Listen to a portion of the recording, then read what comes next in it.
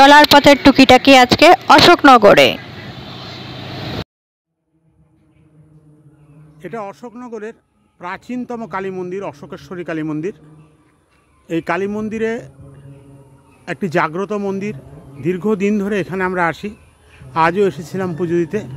তো আপনাদের সবাইকে একটু মন্দিরটা ঘুরিয়ে দেখাই। আপনারা দেখুন, যে কোনো ভালো কাজে, শুভ কাজে এই মন্দিরে পুজো দিয়েই সাধারণভাবে আমরা সেই কাজের সূচনা করি।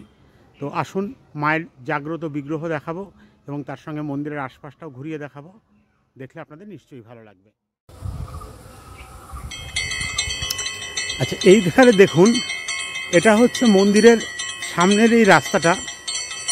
চারিদিকে সুন্দর, শান্ত, নিরিবিলি পরিবেশ। আশেপাশে এখানে হচ্ছে মন্দির সংলগ্ন এই বিস্তৃত পুকুরটা। এই পুকুরটা আপনাদের আমি দেখাবো। এই পুকুরটা প্রকৃতপক্ষে এখন বর্ষা, পুকুরের জল ভর্তি। সাধারণভাবে এটা ব্যবহার করা হয় প্রত্যেকবার পুজোর পরে, বিশেষ করে দুর্গা পুজো, কালী পুজোর পরে প্রতিমা বিসর্জন দেওয়ার জন্য। আশেপাশে মানুষের বাড়ি রয়েছে, এখানটি দেখতেই পাচ্ছেন। এই যে সামনে আপনারা পুকুরটি দেখছেন, এই পুকুরটি হচ্ছে অশোকেশ্বরী কালীবাড়ির অন্তর্গত পুকুর। এরপরে সামনে দেখুন, আগে একটা ছোট বিশ্রামাগারের মতো আছে। এখানে যারা দূর থেকে পুজো করতে আসেন তারা সাধারণভাবে বিশ্রাম নেন, এখানে উপস্থিত থাকেন। এবং এই হচ্ছে তার পার্শ্ববর্তী এলাকাটা। পার্শ্ববর্তী এলাকা বেশ বিস্তীর্ণ এবং চারিদিকে গাছগাছালির ছায়ায় ঘেরা।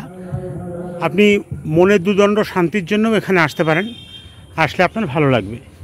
এই হচ্ছে পুকুরটা সম্পূর্ণভাবে। এটা অশোকনগর ৮ নম্বর স্কিমের অন্তর্গত অশোকেশ্বরী কালী মন্দির।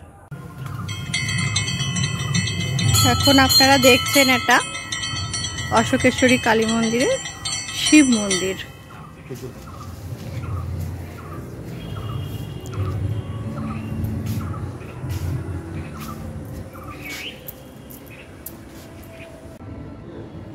এখন আমরা ঢুকছি শিব মন্দিরের ভেতরে।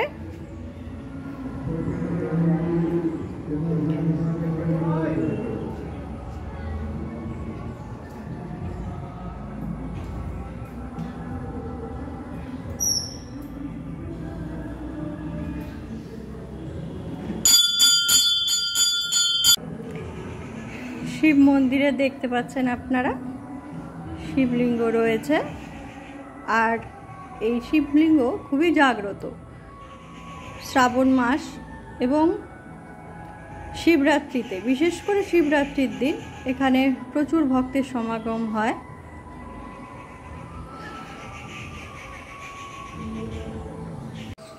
হ্যাঁ, এখন আমরা যাচ্ছি শিব মন্দির থেকে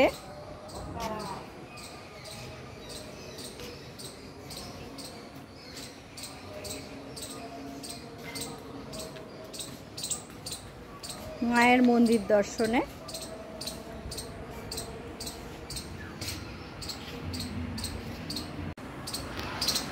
এখানে আমরা দেখতে পাচ্ছি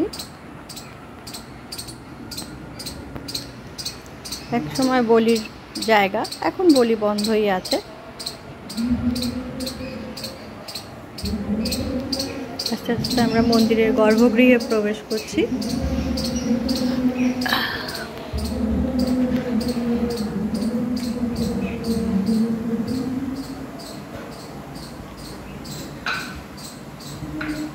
ঠাকুরমশাই নিত্য পুজোর প্রস্তুতি নিচ্ছেন। এখন পুজোর প্রস্তুতি চলছে। এটা নিত্যদিনেরই পুজো।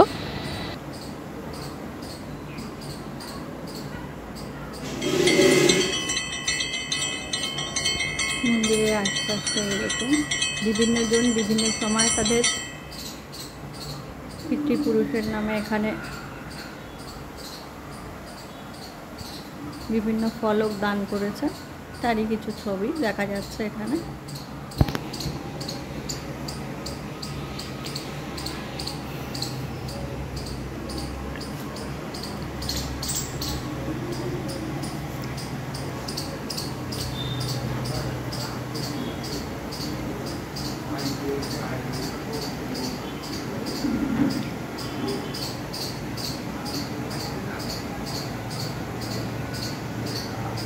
মা কালী রয়েছেন এবং রয়েছেন মা মনসা, তার সঙ্গেই রয়েছেন গণেশ আর গোপালের বিভিন্ন মূর্তি। এছাড়াও বিভিন্ন ছবি এখানে টানানো রয়েছে ঠাকুরের নিত্য পুজোর সঙ্গে সঙ্গে।